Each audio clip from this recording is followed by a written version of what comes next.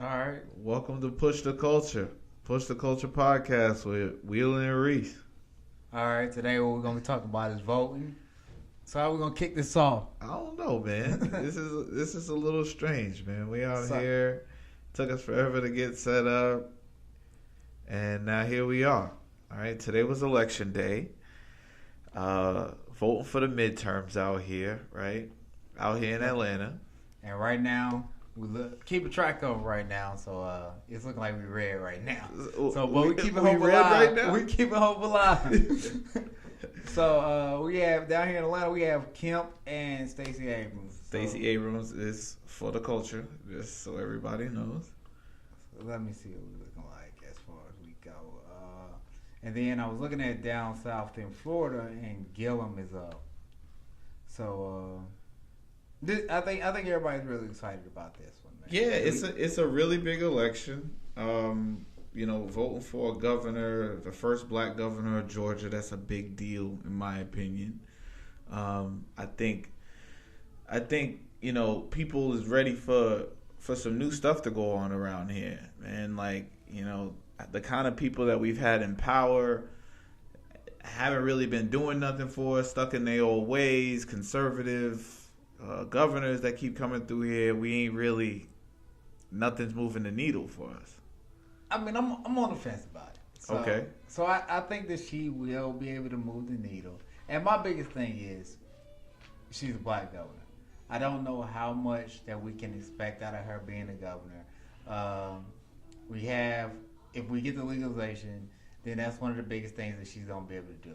And then Legalization also, what? legalization of marijuana. You talking about the legalization? So that's the biggest thing I think she has to do. And with that comes pardon. I mean, come on, bro. No, you can't sit here and say that the biggest thing that she's going to deal with is the legalization of marijuana. Like, she has a lot more on her docket than just decriminalization. It's not even talking about legalization. She's talking about decriminalization, right? So basically, give you a fine and get the hell on. Like, write your ticket and get the hell on, right? But there's more than that she's doing. And I feel like that is like the biggest thing that she's doing. There's more that she can do, but as far as for blacks, that would be the biggest thing, because not only is it just legalization and decriminalization, but when you legalize it, you're creating jobs. But you're talking about she's not going to legalize it though. It's the Bible Belt, all right. Don't forget where you at. Okay, don't forget where you at. Don't forget where you at. The best chance of legalization in the Bible Belt is in Florida. Okay. Everybody knows that, but that ain't happening here for a while. They got to do it in Florida first. In South Carolina, might do some shit before we mess around and get here. But that's neither here nor there, because you're talking about recreation. You're talking about more tax funds and all that stuff, right? Yeah. But dealing with what's actually on the platform. Okay. Right? She's talking about expanding Medicaid. Okay. So more people get health insurance, right?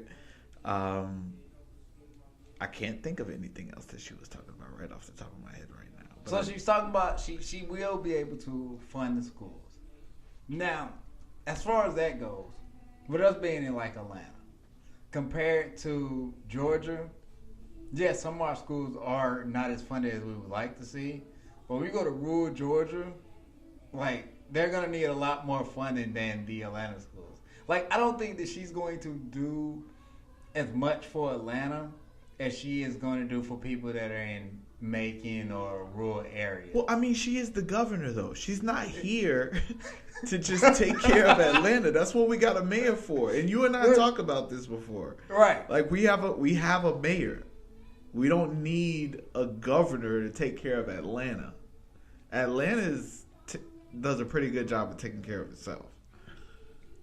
And I think that as far as Atlanta brings the money, though. Yeah. Atlanta brings the money. So if she's going to be going, she has to be able to bring more money to Atlanta. Or at least, and I've been going back and forth with myself on this one, at least put other people on the Atlanta business market. Because if you're able to get other markets inside of Georgia booming and create multiple little pockets of Atlanta, which is one fact of her, like, going to school down at Spelman. she understands the culture and understands business. If you can spread that out across Atlanta, then you'll be able to bring more to Georgia. But if not, you have to focus in Atlanta and spread out from there. I mean, I don't know. I can't get into the economic implications of Atlanta versus the rest of Georgia and all of the other stuff. What I do know is that Shorty is down here, is here for the people, right? She's here for us. She's talking about, helping us expand the Hope Scholarship, refund the Hope Scholarship again, because the Hope Scholarship ain't been Hope Scholarship. Hope Scholarship with the track. Yeah, right. Hope Scholarship, they damn near said you need a 4.0 in order for us to pay for college, where it used to be a B average, right? So for anybody who doesn't know, Georgia has had a scholarship since the time I was in elementary school, and it was actually a lot easier back then, wasn't it? Yeah, you had to have like a 3.0. Like a 3.0. If you had a college prep, and if you had like technical, that's basically where you were taking like going to schools like magnet programs. Yeah. You can have a 3.5. Yeah. And you go to pretty much any school. No, you can go to any public school. There was funding for any public school. And you full pay. Your tuition is paid for by the state. All you had to do was get a B average. I don't even think it was a 3.0. It was just a B average, right? And then it went to a 3.0 when we was in high school. Yeah. And then now it's at a 3.5. Yeah. They want these losing kids to hope. have a 3.5. Yeah, they are losing hope. Right? Too many people was going to school and coming out with no hope. Right? Like me, right? Went to school for a year and a half and fucking wasted Hope's money for no reason, and then proceeded to waste my own damn money 2 times after that too.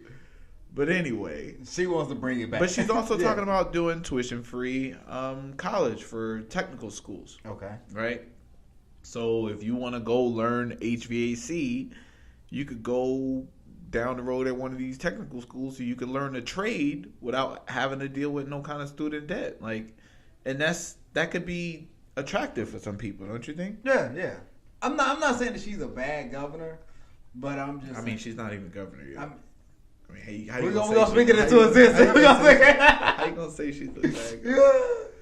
But no, everything she's put in the plan. I mean, it seems like far left, far right, and just at this point in 2018, I mean, I'm saying the year like it's supposed to make a difference, but I feel like to be this far right and have a candidate this far left, and like it just seemed like the Republican and Democrat party should be a little bit closer than what they are right now. Yeah, they would be if it wasn't for fucking Agent Orange out there. Agent Orange and messed the whole thing up. He done split everybody. Yeah. If you're not on his side, in order to combat his crazy, they got people all the way on the other side. Right. All the way on the left. You seen the lady that the shorty? She's 28 years old. The new representative, the congressional representative in New York. She's representing some district in Queens, and I think it may be Queens or maybe Brooklyn. I don't know. Anyway, she's literally a part of the Democratic Socialist Party of America. But we kind of push for that. I think we created that during the last president. This is what I'm saying. So things have there's just been this wedge driven in between these two sides, and they just getting further and further and further apart. So it's like, in order to match they crazy, you got to get crazier. But I don't think people understand the consequence of the being far left and being far right. I don't think people understand what true socialism is. I think we should be more socialist than we are.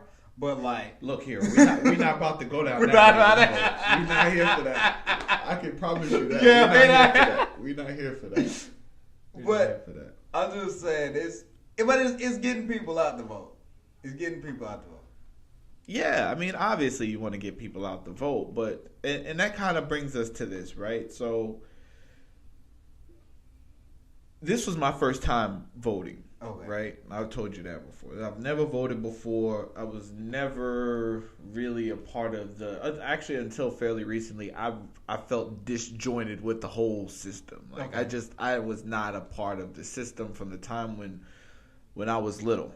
I never, I studied political science and all that stuff. I used to want to be an attorney, but I never really felt a part of the system, and I never felt like a Like I'm proud to go and vote. Like no, I never had that. So this was my first time voting, and I guess what changed for me was seeing what's going on in the news at the federal level and all the garbage that they going through, and they, all this news that they got coming across. None of that stuff really affect us. Yeah.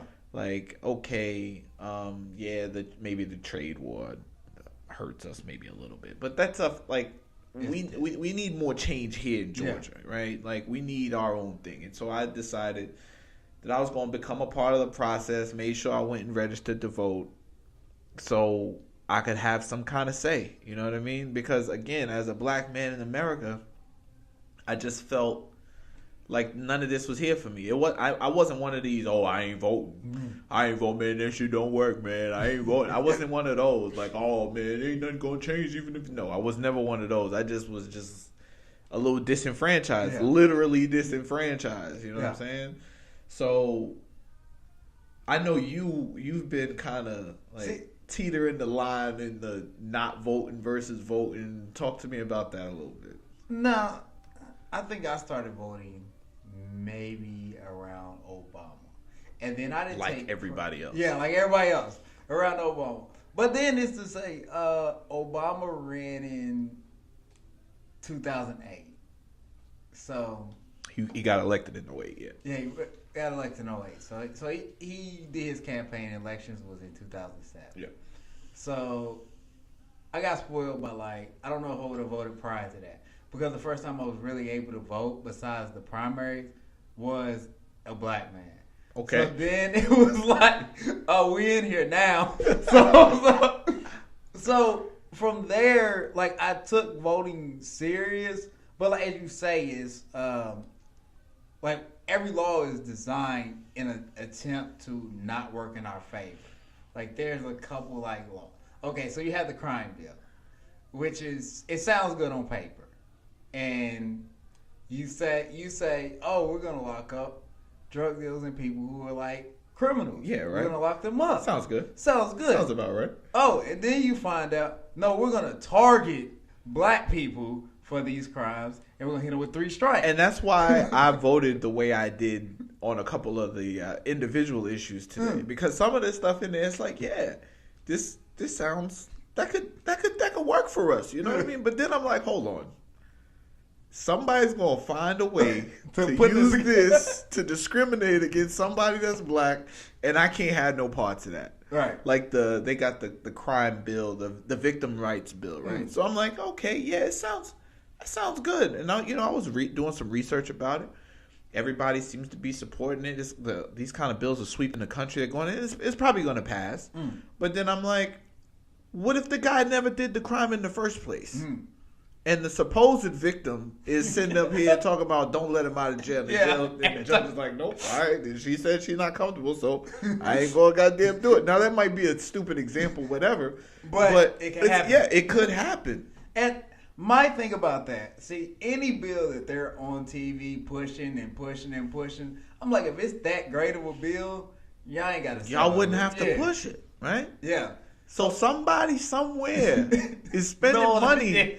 If it's common sense, then why haven't you just why would you even waste money on ads like that? There must be something, and that's why, even when you go to the ballot box and you read the individual laws that they're trying to pass or bills that are on the ballot, they write them in such a way that says, I support that. They don't say, there's no like, oh, here are the pros, here are the cons. No, they don't do that. They write a description. If you don't want to be, burglarize that home at night, you need to hit yes on this bill. Like, no, that's not what I signed up for. So let me go ahead and click no on this. Burglarize my right. Let me just go ahead and hit no on that one. That doesn't sound like something I want.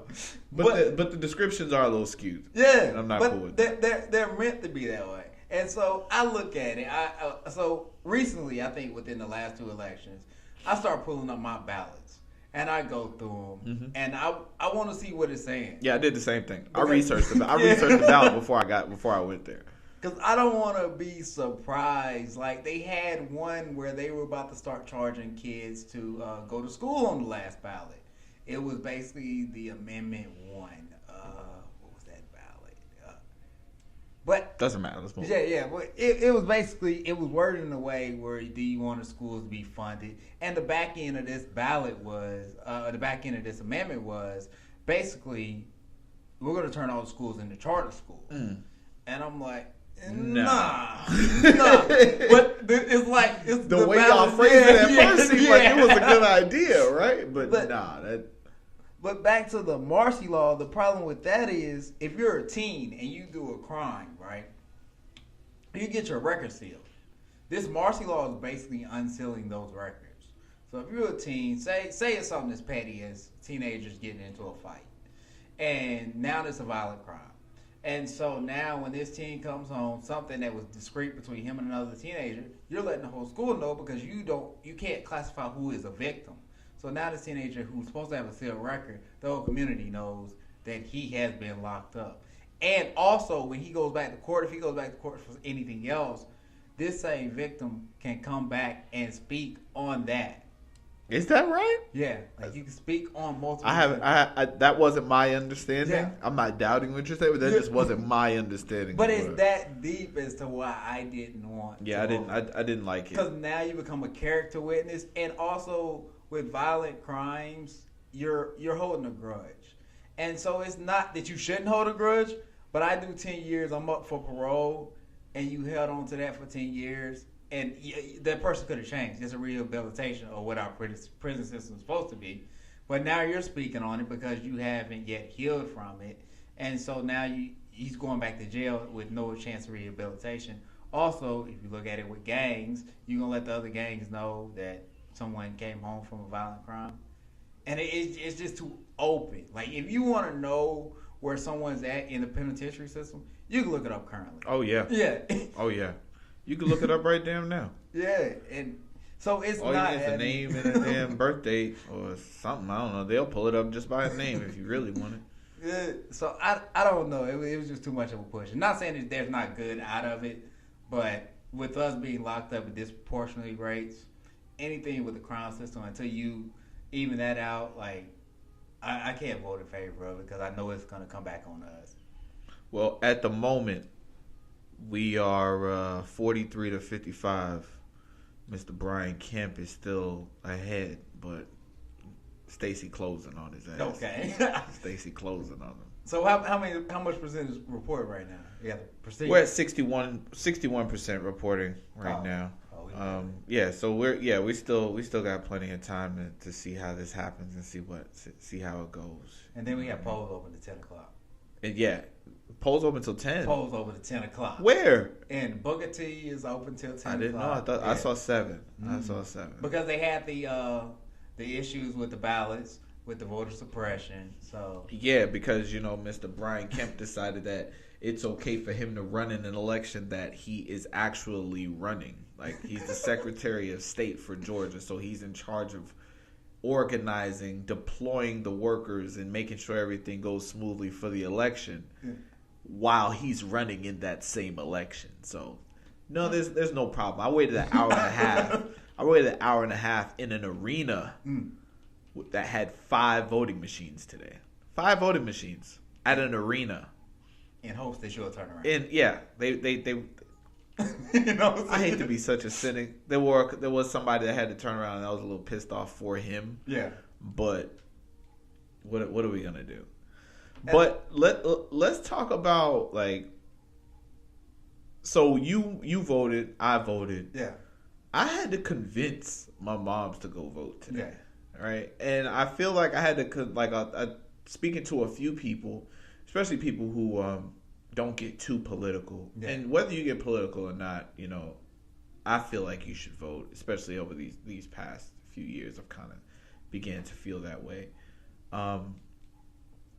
Why do you think some people, especially black people specifically, decide that they just not gonna go vote? Like, I think there's a couple of issues. Some are uninformed, don't know what they're voting for, So then you have this ballot of stuff and people who you don't know you're voting for. So it's not affecting you because it's been working. The system's been working so far without you contributing to it. So there's a certain line of thought that goes, don't vote just to vote. Yeah. Like your vote means something, and if you don't really believe in the candidate, then don't go vote. Right. And I think that as far as understanding it and knowing that don't go vote because you don't believe in the candidate, even with the political parties, I hate to say that if you don't know, go with a political party that you know. If you're in a predicament and you need health care and you see someone over a Democrat over health care issue or insurance issue, then vote Democrat. Like, not to tell you that, but like... Not to tell you that, but I just told you that. But I just told you that. But if I'm not going to lie to you. I went all D's. Yeah. I went all D's. But like, okay, on the other side, if you're running a business, right? If you're a $1 million corporation or you're starting to collect taxes and you see a tax commissioner or something like that, then vote Republican. Like you have it's an easy way, whether you know the candidate or not, they still have to align with the values of their party. Yeah, like they're not just gonna go off on a tangent. I'm about to go do my own thing. Yeah, yeah. So. I mean, some of them do, but not really. Yeah, so not really. They try to get you to believe that nah, they really don't. They'll do whatever they want. It's only so far, and then I think another thing is, I guess it goes to that. Why should I vote? Why should I vote? Not that I don't know. Why should I go stand in line, go through all of this? Like, for what? Like, what's the point? Yeah. I don't know, man. Do you know anybody like that? I know a couple. And what's their reasoning for, like, why? Like, what's the follow-up to, like, why do you go? Why? I think it comes down to disenfranchised. Yeah. Like, I don't even have the money for my vote to matter. And one of my biggest things was, okay, and that's a good point. I don't think that people know, and I'm not taking anything from people, but I don't think they know what all is up there. So you see governor, you see president, you see mayor, but I don't think people know that they vote for their DA. Mm-hmm. And so say you're in a situation where you have to go to court or the tax commissioner or insurance, or you have to do something like that, or your property taxes. Like, I don't think people know that those are votable issues. Because they're not. You know what? Even before that, right? So while you were saying that, I was thinking when you said we vote on our DAs.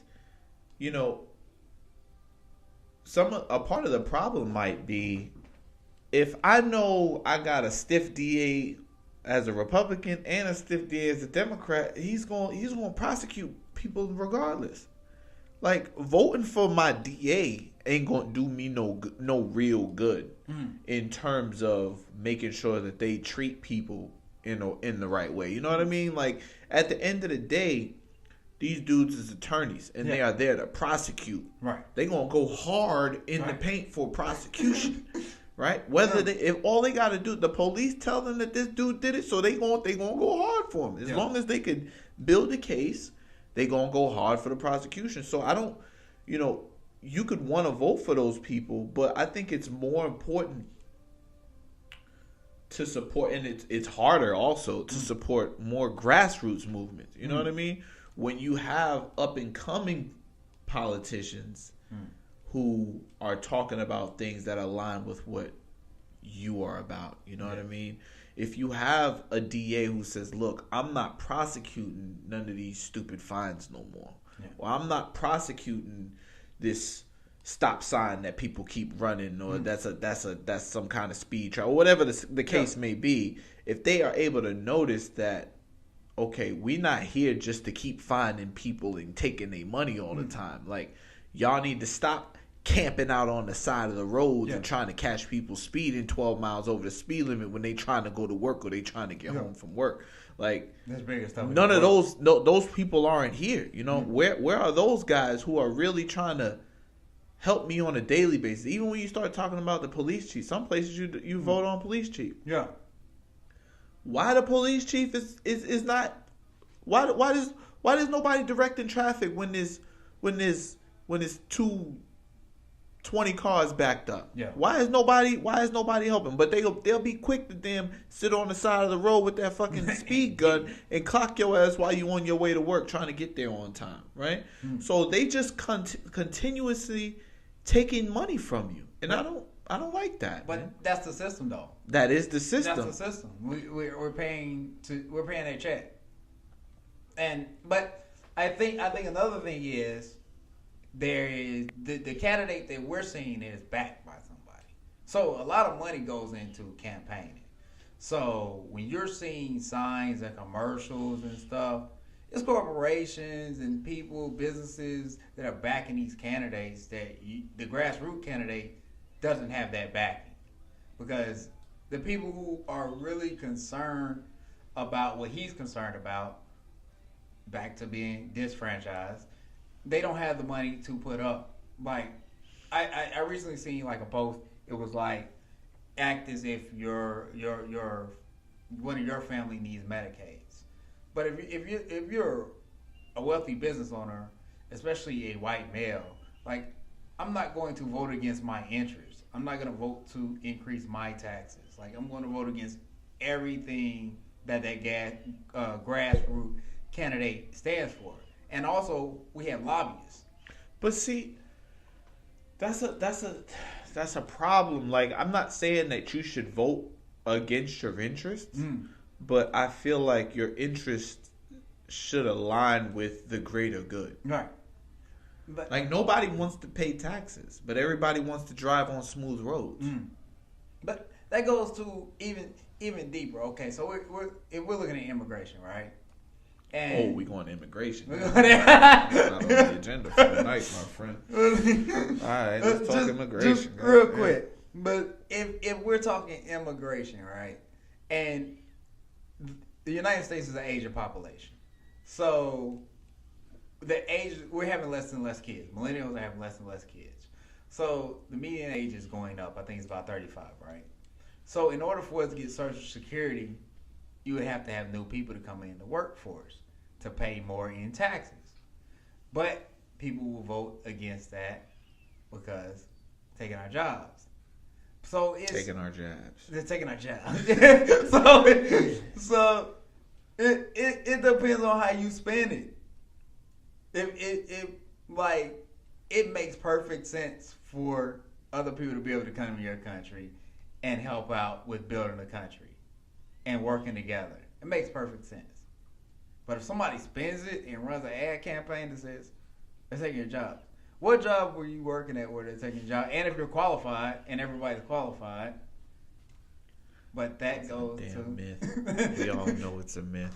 But I think that's what people vote on. They vote on myths. Everything that they vote against is... we already know that. Because, my theory, and, I don't want to sit here and damn just Republican bash all damn night, but this is episode 1. And we are the culture. Yeah, we are the culture. So, I gotta put this out there. Republicans are they all about fear. They don't care about nothing else other than scaring the piss out of their constituents. Yeah. They say, what's Brian Kemp's slogan? Oh, he gonna keep doing what Joe. He gonna keep doing things the way they are. Yeah. The fuck you mean you gonna keep things the way they are? We're not going backwards. Stacey Abrams, she's too radical. Yeah. How do you know she's too radical? And when have you even seen these things? Oh, we can't have socialized medicine. Look at all those other places that do it. Canada has it, and you gotta wait. You gotta wait 6 months to see a doctor. No, you don't. That's their entire. The reason why they don't want to do anything, or they block everything by convincing their constituents that there's something to be fearful of here. Yeah. There's something to be scared of, and here's what you need to be scared of. Meanwhile, Democrats is like, look, there's this new thing. We can help everybody. I think it can help everybody. What do you guys think? Right? Yeah. And some people are like, yeah, but then you're gonna always have that fear. Yeah. And if you can captivate people with fear is gonna be more powerful than hope, man. Yeah. Every time. Fear is going to be more powerful than hope. I don't want to see change. Yeah. I'm scared of change. I don't know what change looks like. Yeah, it's been working like that. I know what this looks like, and I'm cool with this. But on the other side, I don't know. Nah, man. Yeah. What's that? Nah, I ain't. Nah. Like, they ran a Stacey Abrams commercial, right? And I'm thinking Stacey Abrams ran the commercial.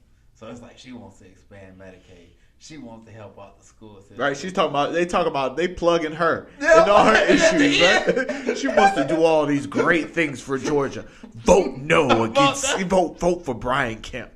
Stacey Abrams wants to do all these nice, awesome things for Georgia. I'm at the commercial like, I'm confused. But I mean, so I guess the broader issue, right, is obviously we from Atlanta. Yeah. Right? Atlanta's a black city. The mayor's black. The last mayor was black. The mayor before that was black. And I think even the mayor before that was black. I don't remember a single white mayor in Georgia. I don't remember. No, it's been black since the 80s. It's been black since the 80s. Since the 80s. Yeah, I haven't seen a white mayor in Georgia. Like, and in Atlanta, I mean. I think we tend to be spoiled too. We are spoiled. So that goes to my point. So what do we expect from black politicians? That's not a mayor. Because we look at our mayor, we say, well, shit, Keisha about to do this. Keisha about to do that. Damn, Kasim did this. Kasim ain't do shit. But he could have did a lot of stuff. But we can still look at our mayor and we feel that. You know what I mean? You know what the city's going through. You know, if we get in a new stadium or if we got new developments going on, retail development. We got Ponce right now. Like, we got all these things going on that's really revitalizing the city, gentrifying the city at the same time. But, so we spoil because we feel that immediately. Yeah. On a bigger scale, though, like, what do we expect to come? Like, when we vote for a black politician, I think that way too many people expect black politicians to just come in and do stuff for black people. Yeah.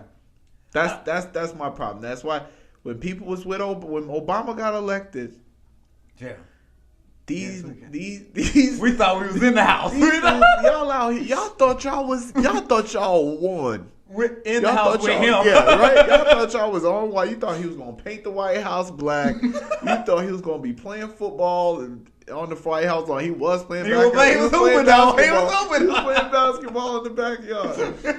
But I just think that, you set the bar so high, and then when they don't meet that, you just ready to tear them down. So many black people turned on Obama. And it was ridiculous when I'm seeing it. Oh, he ain't doing nothing for her. Hold on. He's the president of the country. He's the president of the country. And last I checked, we 13% of the country. Yeah. So you can't just ignore the other 87 to 88% of the country just because I want to take care of it. Now, granted, there was a few things that he did, a few things that maybe he could. Of course, he could have done more. Nobody's gonna say that. But still, the point is, I feel like we need to temper our expectations. We need to think about programs and initiatives that are good for the people as a whole. Because if everybody's better, we are part of those people too.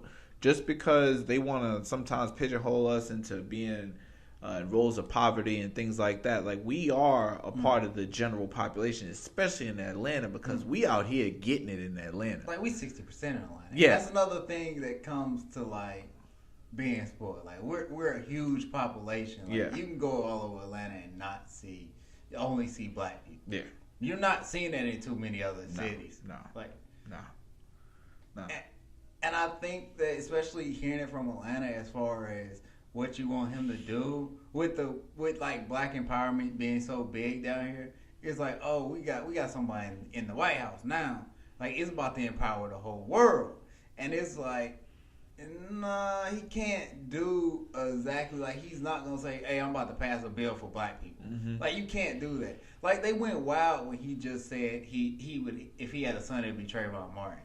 Like the country was split over that, over a comment like that. So if he's out here trying to pass a bill, and he also has to make like. And he had to get reelected. Let's not forget get reelected. Yeah, he had to get reelected. And then he's like 50, like in his 50s still. He still has to be likable and move around as far as a person. Yeah. He can't come in the White House like, say, a Malcolm X. Like, we're not going to that was never going to happen. Yeah, we're not going to get that. Like, you're not. So when you look at black politicians, I think it becomes down to your local level. Like, what is your, like, if you're going to vote black, it needs to be all the way. Like, if you're going to vote black, you need to vote black at your district. If you're really wanting something out of a black politician. But hold on. Now you saying that, you making it seem like they on the team. They're not on the team. Them dudes might not even like each other. Just because, and that's the thing. Yeah. Go ahead. And just because you're black, you're not going to like each other. But one thing about it is you're black. So when Keisha ran, there were other politicians that I liked, right? And the only reason I was for Keisha is because she was black. She was from the Atlanta area. Mm-hmm. And I'm like, when she gets in office, her cabinet is going to look like her. So if nothing else happens, at least you're going to create some jobs for some black people to get in a position like that. And we live in a homogeneous society. So they're going to create other jobs for other blacks or whatever. Because even with, like, if you look at Obama's administration, even if you say he didn't do anything for black, you still had Eric Holder, which was another black man in a high position. Yeah, you're right. But, I mean, at the end of the day, people want to count results, right? Yeah. They count what they can see and they count what they can feel. So, I don't know. I really don't know, man. It's tough. It's tough to really decipher and get into people's minds in terms of, tempering their expectations when it comes to black politicians. Because they expect black politicians to move the world, but then when a white dude get elected, it's that they don't got that same pressure. Yeah. You know what I mean? So. And so now you're tearing down these politicians, and it's harder for them to get stuff done. So now you create this frustration. Like Obama went in there with black hair, came out with all white. I mean, come on, everybody was going to do that. Everybody, it's 8 years. Like it's not a short amount of time. Like he went from 42 to 50. Yeah, his hair is gonna be crazy. But just as far as the symbolism of like how much he was stretched out as far as not being able to pass stuff. Black commentators coming up against him and challenging him, which you should do regardless. You should, yeah, because he has to be checked, right? You can't just let him go. But I feel like we have to take into account that there's only so much he can do. Like he can't come in and just say, okay, here's money for this black neighborhood, here's money for this black neighborhood. Even though he could have pushed reparations. It would have been a beast. Yeah, it wasn't no damn reparations coming, man. Y'all need to quit y'all shit, man. Y'all really need to quit. Reparations are not coming. They're not coming. But the conversation could have been had. For what? We just said they're not coming. But you still have to have the conversation to open up the dialogue. And it's not, hey, y'all owe black people reparations. Hey, we need to figure out how we can get a disenfranchised community that was created through different systems. How do we uplift them? Because if they're still on the bottom and we know the disenfranchised that happens to them, how do we create subsidies? No, but then, see, for that to happen, you would have to accept. Yeah. You would have to say, hey, we screwed you guys. We screwed you guys for a long time.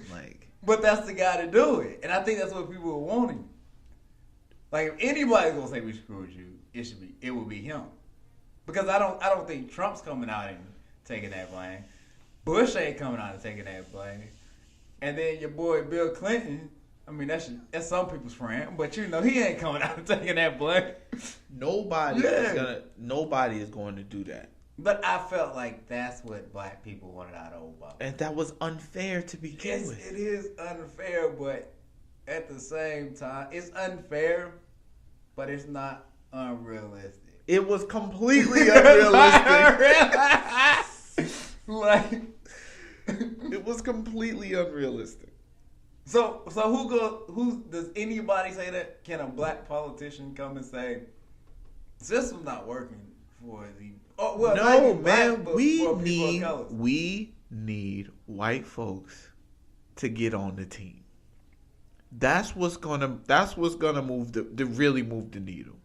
You're not gonna do nothing without them. You're not, because guess what? This ain't our this ain't our land.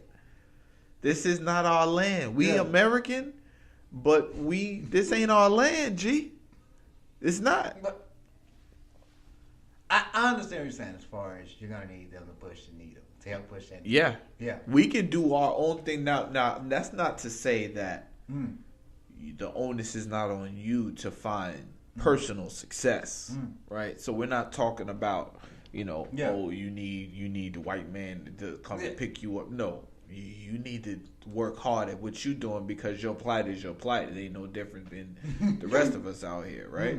But if you're talking about affecting systemic change, you're gonna need them. You're gonna need them. You're gonna need to get as many of them on your team as possible, so we can push we can push it forward. Because if without them we can't do it, man. And that's why sometimes it's very refreshing for me to see certain people, to see some white folks do and say things that are atypical. Let's put it that way. Talking about systemic racism and talking about the after effects of slavery, because they want to talk about slavery was not, and we're not about to get in that whole conversation. Yeah, that's a whole nother.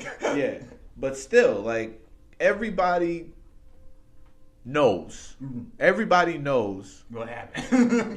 What happened, and they know that somewhere in their heart, and I don't want to say everybody, because that's giving some people way too much credit. But we all know that blacks are in the position that they are in America today because of slavery, and we got dealt the shitty hand, and here we are. But can a politician turn that around? Can a politician turn what around? If we're voting for a Stacey Abrams or Andrew Gillum, can they push that needle forward? No. No, they can't. So is it more of a symbolism thing of having that person there? No. See, for me, it's more or less of pushing it forward. Yeah. It's like the same kind of thing that some activists will try to advocate, right? So an activist gets out there and is screaming, hey, we need X, Y, and Z. We need X, Y, and Z. We need, to decriminalize. We need to get rid of this. We need to get rid of that. And if you have an actual politician that comes along and kind of embodies those same things, but not 100%, obviously, then you could push some things forward, right? So while, let's take the criminal justice system, for instance. If you are no longer prosecuting like the crime bill that you was talking about, if you're not sending people away for 30 years for having a half ounce of crack, then that's something you can build on. Right. You know what I mean? You're not starting out with the bullshit. You know what I mean? If you can at least take away, just like Keisha did. Keisha said, yo, ICE, y'all out of here. Yeah. Y'all ain't using our jail no more. It's just that simple. Because y'all out here doing stuff that we don't agree with, and you can't use our jail no more. So that's you was below the surface, and now you at surface level, because now you're dealing with common sense, right? When you're dealing with things that don't make no damn sense, you locking people up for having a fucking tree in their pocket, like that don't make no sense. You know what I mean? Yeah. You taking somebody on their way to work, and you gonna take them to jail because you pulled them over for speeding when they was going 5 over the speed limit. Oh, they got a joint in their car. Oh, you going to jail. Yeah. Some people gonna say, well, you shouldn't have had a joint in your car. And other people gonna say, well, you shouldn't have to go to goddamn jail for having a fucking joint in your car. And getting hit with the book. So, it's now just common sense changes that you can bring to the table that's not always just trying to be so damn controlling, man. That's my problem with a lot of these laws, and they just trying to control you in everything that you can do. Like, yo, leave me alone. Yeah. Let me live. You know what I mean? And I think it comes to a voice box. But that goes to as far as when they get in there, and I think that's one of the good things about Ava. She's an activist, so she comes from an activist background. Mm-hmm.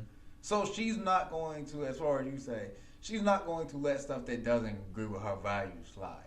Mm-hmm. And I think that will help as far as with Georgia so far being a red state.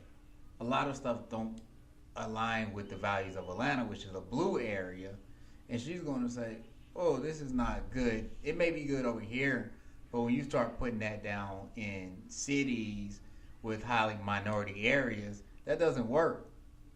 So she's in there in that house, the governor's house or wherever she goes, and she's speaking for the people. And I think that's the biggest thing for black candidates.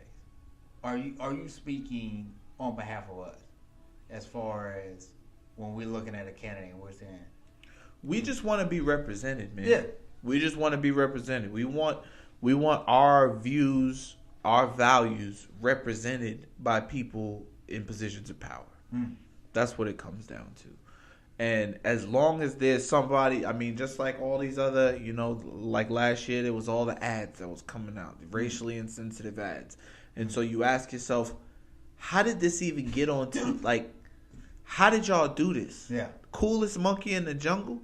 Nobody's in that office. What do you mean? Minority in office. There's nobody say no. Nobody said, hey, that. Neither. Why don't you just put that one on the white kid? Put that one on the black kid. Yeah. And you'll be good. Cool. Yeah. We ain't got to deal with that. No problem. You know what I mean? The Heineken ad. My man slides the damn beer past everybody black. Yeah. Every single person that damn beer went past was black. So it could arrive as a white person. It said something stupid at the end. And like darker or some shit. Something stupid. Oh, the light beer joint. Yeah, the light beer. Lighter is better. Lighter is better. The fuck? Hold on. Nobody told y'all this might be a bad. So that's what I'm saying. Yeah. Having us in positions of power where we can at least be represented, so that someone doesn't. When it comes time to when they're drafting this bill and they say, well, there's an opportunity for this to be practiced unequally. Yeah. Discrimination can happen because of this bill. Maybe we need to change that. You know what I mean? And that's some of that stuff we'll never see. Yeah. But that's why. But that's why they're there. Yeah. That's why I'm a put as many of them in office as I can, so that they can at least be in the room when these decisions are being made. So that's my point of view in terms of how that goes, man.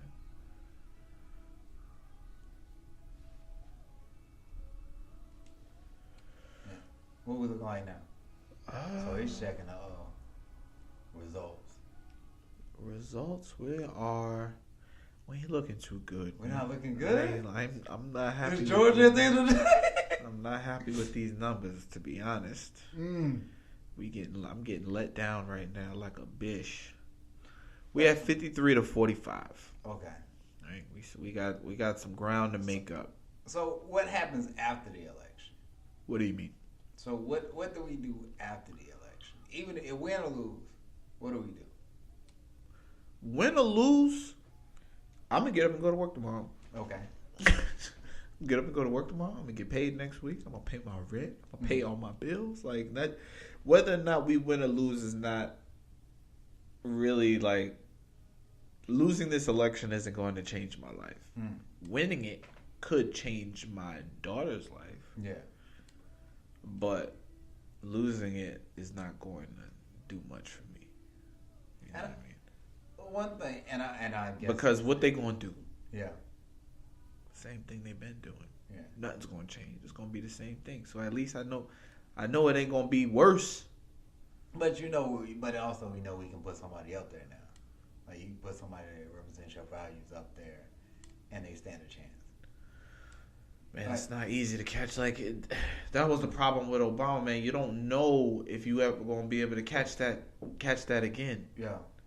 Like Ben Carson, stupid ass, wasted his time and a whole bunch of people's money. Yeah. It wasn't gonna be 2 black presidents in the world. Like you stupid. You think we was gonna go 12 years out here? So we just running shit. Yeah, we're just running shit. Get out of here. I don't give a damn if you a surgeon, neurosurgeon, what? Republican, what? No. That was never gonna happen. So that's what I'm saying. Like being able to have somebody else rise like this with Stacey's resume, it could happen, but it wasn't easy for her. You know what I mean? And I don't think my issue with Stacey, and yeah, I do have an issue with her. My issue is I don't feel like she's charismatic enough. Now Kemp isn't charismatic either. But he doesn't have But he doesn't need to be, exactly. Yeah.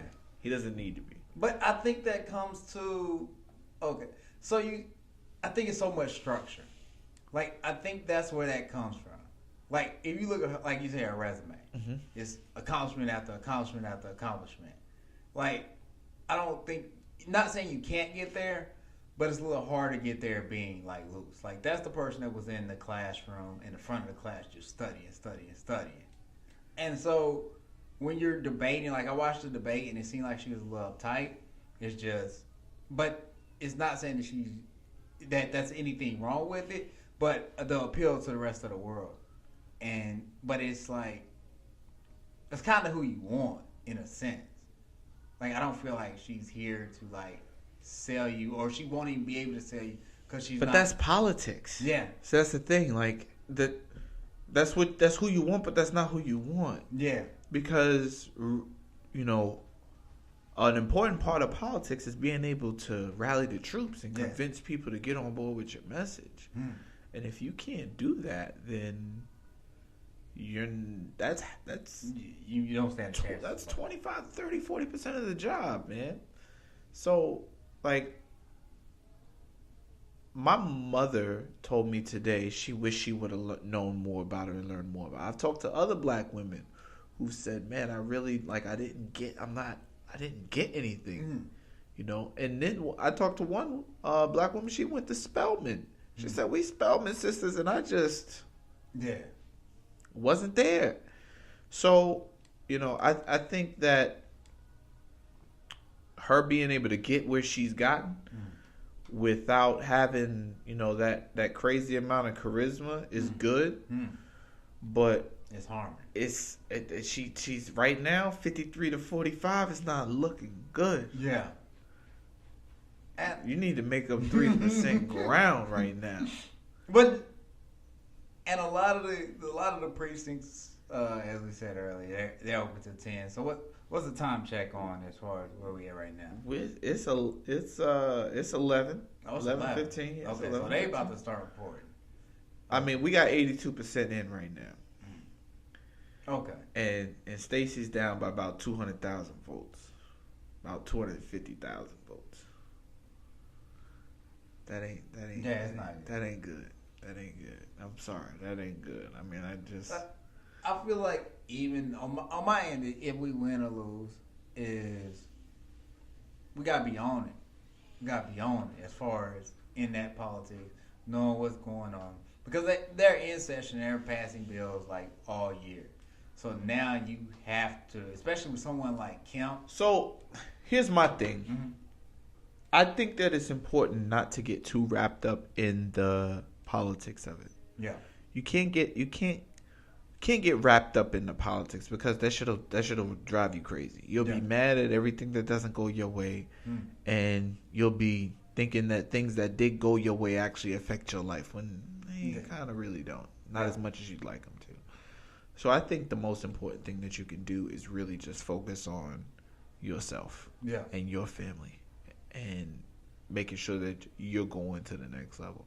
And that's kind of a lot about, you know, what we're here to talk about on a daily, weekly basis. Moving the needle. Yeah, is really moving that needle and, you know, deploying things within your life, our lives, sharing ideas that really help push the culture forward. Because, you know, whether Stacey wins tonight or not, we still got to get up tomorrow and go grind. Like, we still got to get up and go to work. We still got goals and things that we all working towards that we absolutely got to get to. So, you know, getting caught up in the politics and the bills that's on the House, and going and protesting and calling your senator, like I've never been with all that, to be honest with you. And then again, I'm still kind of new to you know, this being enfranchised. You know what I mean?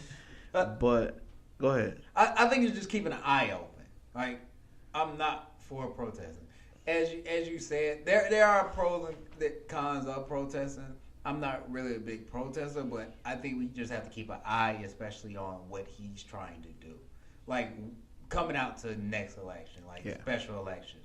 Coming out and seeing what's on there, and not saying, okay, Stacey's not running, or there's not a black candidate up running. I'm not going to pay attention to what's going on in politics. Like, I think we still have to stay on top of him and hold him accountable. Yeah, it's definitely important to keep your ears to the street. And I think another thing, as far as how we are, like you stating, as far as we're going to stay on moving that needle, we got to get in position. We have to get in position. And that's what I'm saying. Yeah, So you got to focus on your own stuff because you got to be in position. If you ain't making no money, you ain't worried about no damn politics, man. You worried about making some money. I got to put food on the table. I got rent to pay. I got bills to pay. Like, I'm not going to be out here playing with y'all with some damn Trump and Stacey Abrams and Kemp. I don't give a shit about none of that. Yeah. I got bills to pay. Right. So you got to put yourself in position so that these things, you can see the effect of these things. You know what I mean? So, yeah, that's good. That's good. So what else we got on the docket, man? We running at what time we running at? 11:18. I don't know, man. What you think? I think we pretty much touched on you everything. Think we done wrapped it? All right, let's wrap this bad boy up. We'll clean a lot of this up right here in post. We're gonna get all this in post. We're gonna get all this in. We're gonna get this in post. And then I guess we'll touch on what happened as a result when we come back next week. Yeah, so next week we'll come back, talk about the results, how we feeling. I know we already a little previewed that. You know, we right now final check is 45.5 to 53.5. So we still down, but hey, we gonna see what it do. These fucking 29,000 people voted for this libertarian candidate. See, that's what I hate. That's what I hate. Like, you know he ain't gonna put 29,000 votes is just wasted. Just winging out. You know that dude ain't gonna win. What you even do that for, man? Y'all piss me off, y'all damn libertarian candidates. Y'all just stealing votes. I'm gonna stand on it. Y'all so damn stupid. Anyway, so yeah, we'll be back with next week's topic, along with wrap up of the election and everything that we kind of went over today. There you got. Again, this has been the Push the Culture podcast with Willie and Reese. Alrighty, I have a good rest of y'all day. Alright, man, y'all go ahead and y'all go kill it this week. Make sure you hit all your goals. Be safe out there. Don't be fooling with the police. Don't be fooling with none of that nonsense, man. We out of here. Alright. Peace.